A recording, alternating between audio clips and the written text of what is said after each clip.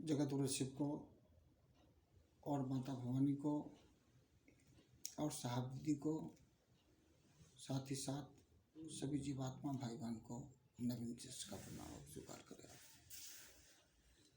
ये एक कड़वा सच आपके सामने पेश करता हूँ।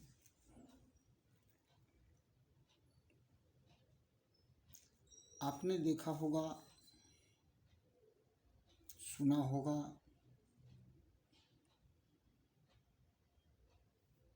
जो परमात्मा ने मुझे धरती पे उतारा,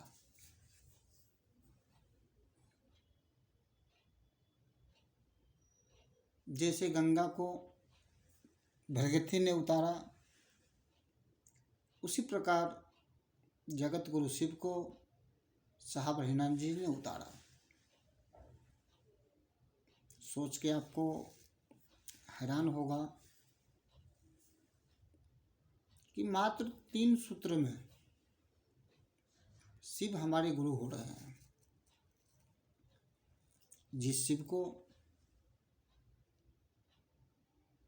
जन्मों जन्मों शिव परमात्मा के रूप में, भगवान के रूप में, औढ़रदानी के रूप में, अश्मशानी के रूप में, विभिन्न नामों से लोगों ने जाना।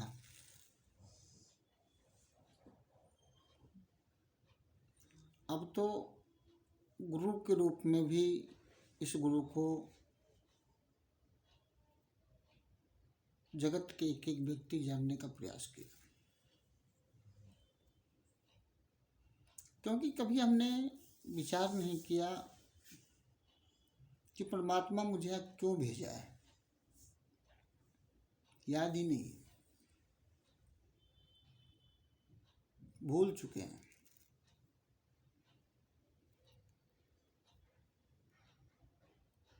क्यों भूल चुके हैं? हमारे जीवन में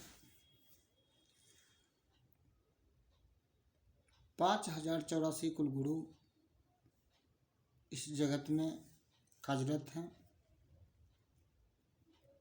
वह गुरु अपना काम कर रहे हैं,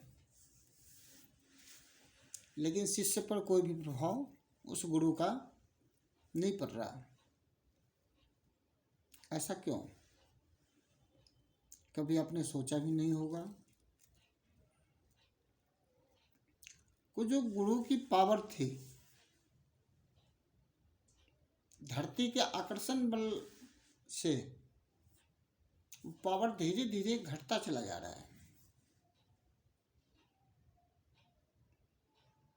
और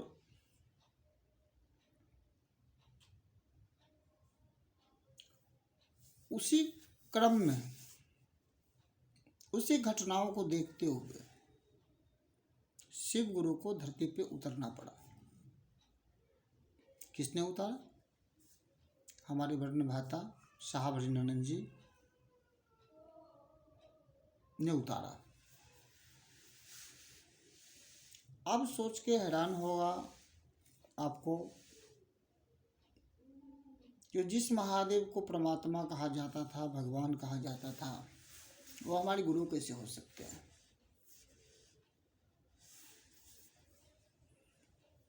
भाई साहब, एक चीज आपको समझना और विचार करना है। मात्र 3 सूत्र। पहला सूत्र में कहा गया, हे शिव, आप मेरे गुरु हैं, मैं आपका शिष्य हूँ, मुझ शिष्य पर दया कीजिए।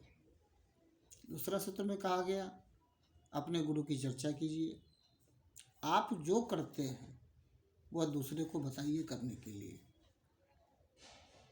दूसरा सूत्र जो है यह आपको गुरु तक पहुंचाएगा। दूसरा सूत्र क्या है? यह आपको गुरु तक पहुंचाएगा, वह परमात्मा गुरु तक आपको लेके जाएगा। कैसे लेके जाएगा और मैं तरीका साहब हरिनाथ जी ने बताया है, मैं आपको बताने का प्रयास करता हूँ। जैसे जैसे आप यह संवाद को ध्वनि प्रदर्शन से माध्यम से, शब्दों के माध्यम से लोगों तक यह शब्द पहुंचाइएगा आप। वैसे धीरे धीरे यह संवाद गुरु तक पहुंचता जाएगा। जैसे गांव में आप देखे होंगे, जो अमीन होता है जमीन नापने वाला, जब भाई भाई में झगड़ा होता है तो अमीन को बुलाया जाता है। तो अमीन का आप नापने वाला कड़ी देखे होंगे, जंजीर का बना होता है, वह एक दूसरे से कड़ी जुड़ा होता है। हमारे साहब कहते हैं कि एक दूसरे से जुड़ने के बाद परमात्मा का वास होता है। एक दूसरे से जुड़ाव ही परमात्मा का वास है। एक दूसरे का जुड़ाव ही सबसे बड़ा प्रेम है। हम आपको क्या करना चाहिए? उस भगवान से प्रेम करना चाहिए।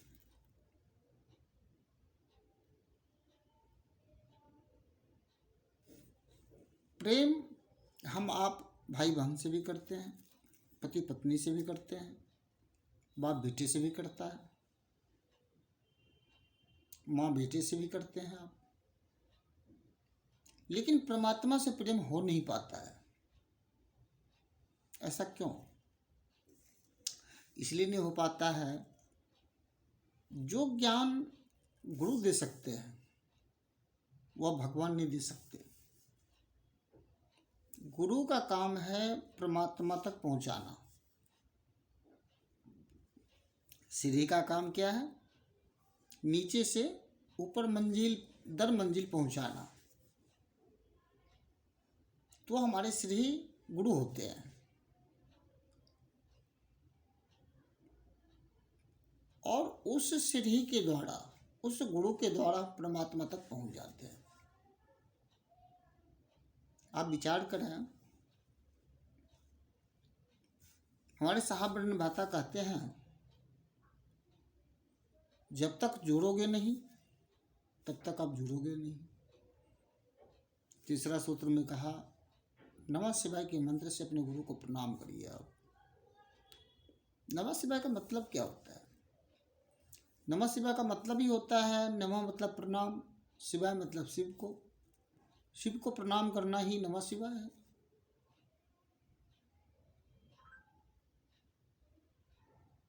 सबसे बड़ी बात यह है, जब सोचें, मन में विचारें, प्रतिपल चोर को देखे होंगे, अगर चोरी करता है तो सामने वाले को जो चोर से आप जुड़ेंगे तो चोरी करने सिखाएगा वो। अगर आप कोई कपड़ा सिलता है, वो मास्टर है, उससे जुड़ेंगे तो आपको कपड़ा जैसे सिलता है वो कैसे सिलता है उसे सिखा देगा वो। उसी प्रकार जैसे ही आप अगर गुरु से आप गुरु के पास जाएंगे तो वह ज्ञान की बात करेगा वो। गुरु अपने जैसे शिष्य को बनाता है। गुरु अपने जैसे शिष्य को बनाता है। भगवान और गुरु में क्या अंतर है? अगर विचार करेंगे आप, उत्तर आएगा भाई साहब, भगवान का भक्त बनना पड़ता है।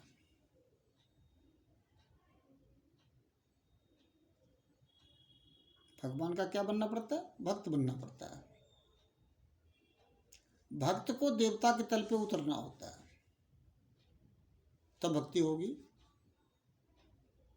भक्त को क्या करना पड़ता है? भगवान को पाने के लिए देवता के तल पे उतरना होता है। वही परमात्मा शिव है, और वही परमात्मा शिव गुरु हैं, और गुरु को शिष्य के तल पे उतरना होता है। देखिए, वही एक व्यक्ति है।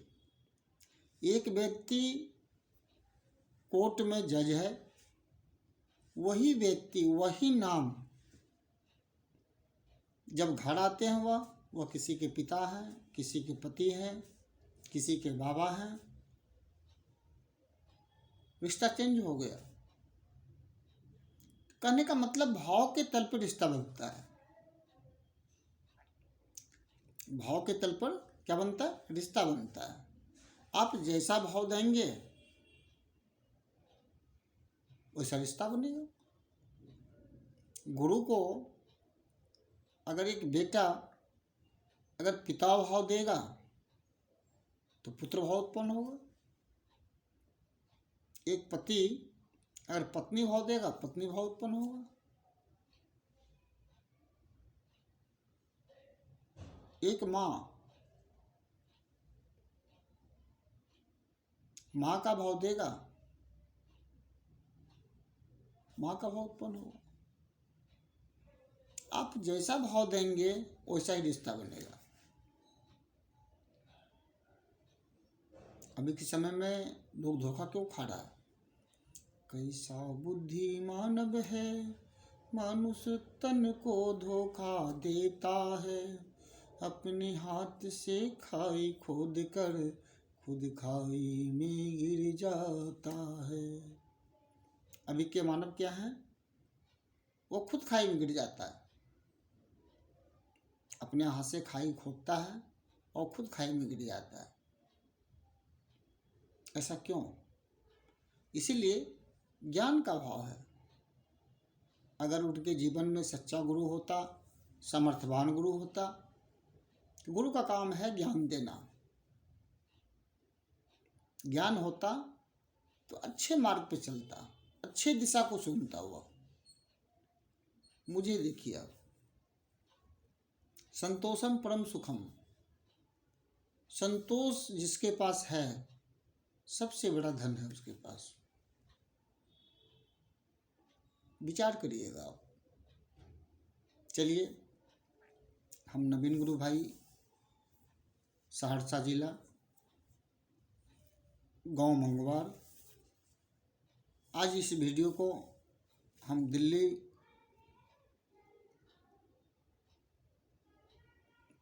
से बनाने का प्रयास किया है। इस वीडियो को इतना शेयर कीजिए आप, इतना शेयर कीजिए, जितना आप शेयर करेंगे महादेव आपके गुरु हो जाएंगे।